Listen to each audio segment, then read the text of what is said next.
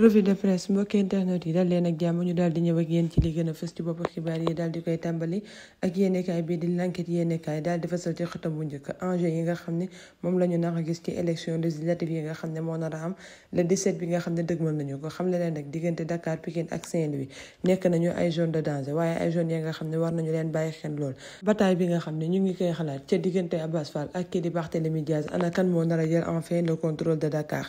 ñu xalaataale foofee ca Saint-Louis ana kan aussi moo ko nar a contrôler à partir du 17 novembre ba tey yéenekaay bi ne nag li nga xam ne moom la ñu war a gën a mën a bàyyi xel moo nekk promesse yi nga xam ne ñoom candidat yi daal dinañu koy amal à l'encontre des électeurs Sud Quotidien ne en tout cas juróom-ñaari fan moo leen dese top chrono ci biir juróom-ñaari fan yi ñoom nag ca la ñu mën a am ngir daal di gën a mën a convaincre Sénégalais yi ba ñu daal di leen dénk majorité foofee ci assemblée nationale que ça soit que dangaa faree ci li nga xam ne moo nekk gouvernement bi war nga daal di nekk ci biir opposition boobee nga xam ni jamono yi ñu toll nii kenn gisu si ab booloo massif waaye nag ca yile élection li nga xam ne daal mën nañu koo bàyyi xel moo nekk nag sàndante carte bu métti dafa doxu ci seen ab diggante ñi nga xam ne nag ñoo fi nekk di clashante mën nañu ne nag ñu ngi nekk ci opposition bi ak ñoom ñëpp mais ci seen biir daal mën nañu ne il n'a rien à signaler ñu daal di ñëw ca le quotidien yéenekaay moom nag mu daal di ñëw ca violence électorale yi nga xam ne nemmeeku nañ ko xam ne nag waa parti bii di Pastef daal di xam ne ñoom la ñu nar daal mooy daal di porter plainte contre kii di Anta Babacar Ngom moom cette dernière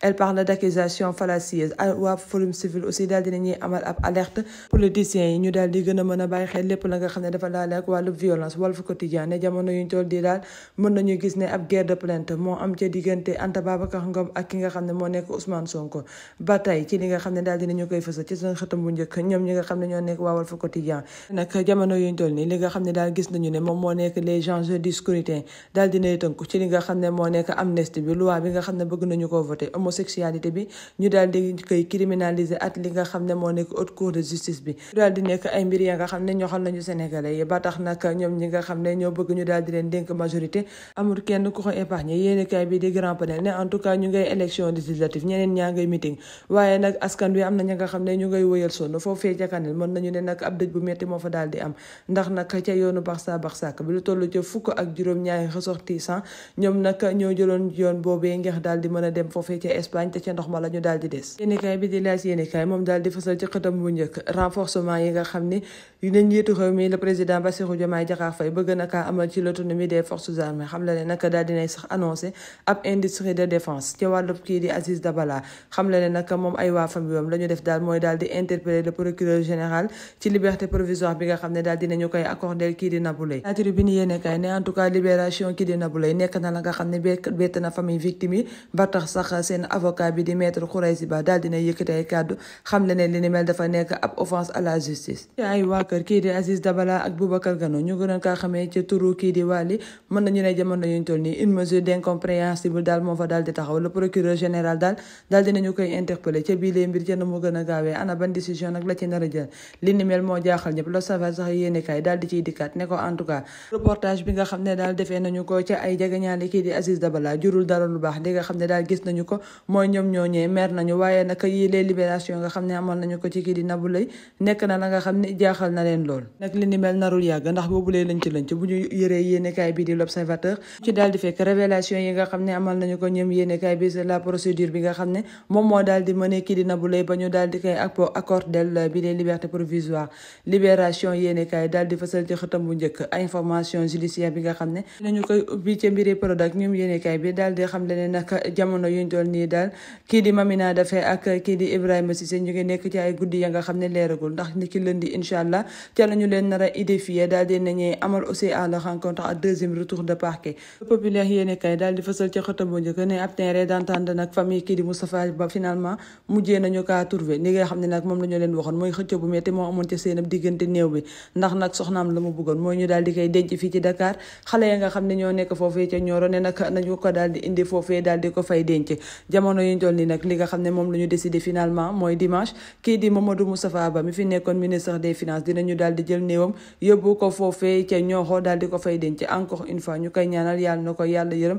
te xaaree ko aljanaay firdaws ñu daal di ñëw ca lii quotidien ñoom ñi nga xam ne ñoo faree ca opposition bi particulièrement waa Sàmm Sa Kàddu xam le ne jamono yuñ toll nii il est temps sénégalais yi daal di jug yeewu tàmbali nag di sanctionner l'étrangement ñi nga xam ne dañuy daw tout simplement parce que yet bi la ñuy bañ mu daal di wàcc ca seen kaw direct news yéeni kay daal di fësal ci xëtam xëtam bu njëkk l'ancien président Macky Sall ne jamono yuñ toll nii ana kan la doon jamono yuñ toll nii ndax moom nag nekkul dañu koo daal di réduire à sa plus simple expression nag li nga xam ne mën nañu koo gis te jàngat ko jamono yuñ toll nii ci nit ka nga xam ne dangaa nekk tête de liste mën nañu ne daal le tout puissant bi nga xam ne nekkoon na ko finalement l'ancien président Macky Sall s'est transformé en un admin de groupe WhatsApp ngir daal di mën a coacher coalition bi nga xam ne moom la daal di jiite. Le Public yéeni kay ne en tout cas jamono yuñ toll nii la ñu mën a wax mooy foofee ca benn bokk yaakaar l'après pouvoir moo fa daal di am ndax distance bi nga xam ne l'ancien président am na ko ngir daal di mën a contrôler góor dëgg yi nga xam ne ñu nga fa yes ba tey yor yéeni kay daal di ñëwati ci projet yi nga xam ne kii di Ousmane Sonko daal dinay fësal ne bëgg na ko accomplir daal di souligner nag importance bi nga xam ne secteur privé ak diaspora bi daal dinañu koy am ci seen référentiel bi nga xam ne samp nañu ko de Sénégal 2050. source ay yéene kay daal di amal ay révélation ci gaal bi nga xam ne moom la ñu ne moom moo daal di suux ndekete boobu lay gaal nag lu ëpp fukk ak juróom-ñaari nit daal dinañ ciy ñàkk seen bakken benn jeune ba nga xam ne moom moo daal di rëcc dëkkoon foofee ca Kanel mooy daal di yëkkati yilee kàddu nee na moom au moins compté na lu tollu ca fukk ak juróom-ñaari jeunes yi nga xam ne ñu ngi dëkkoon foofee ca Kanel mais nag ñi nga xam ne ñoom ñoo daal di ñàkk seen bakken ca boobu lay géej bëri nañu lool ñamu lim nag moo nekk ñi nga xam ne xam na leen kay bi di l'évidence moom nag daal dinay sampab laaj ca diggante l'ancien président Macky Sall ak candidat wam bi di Amadou Ba nee na finalement ana kan moo daal di trahir kan la dépêche yéene kay ne en tout cas waa coalition Takku Wallu ñoom daal dinañuy réaffirmer son vote noppi ci nag daal di jàllale ci sanction bi nga xam ne namoon nañu ko contre kii di Aliou Sall Le Réveil yéene kay daal di sampab laaj ne en tout cas kii di Anta Babacar Ngom ana lan la nar a risqué ci plainte yi nga xam ne mu ngi koy xaar ca table procureur ba ñu daal di jàll ci actualité sport daal di ñëw ca Rewmi Quotidien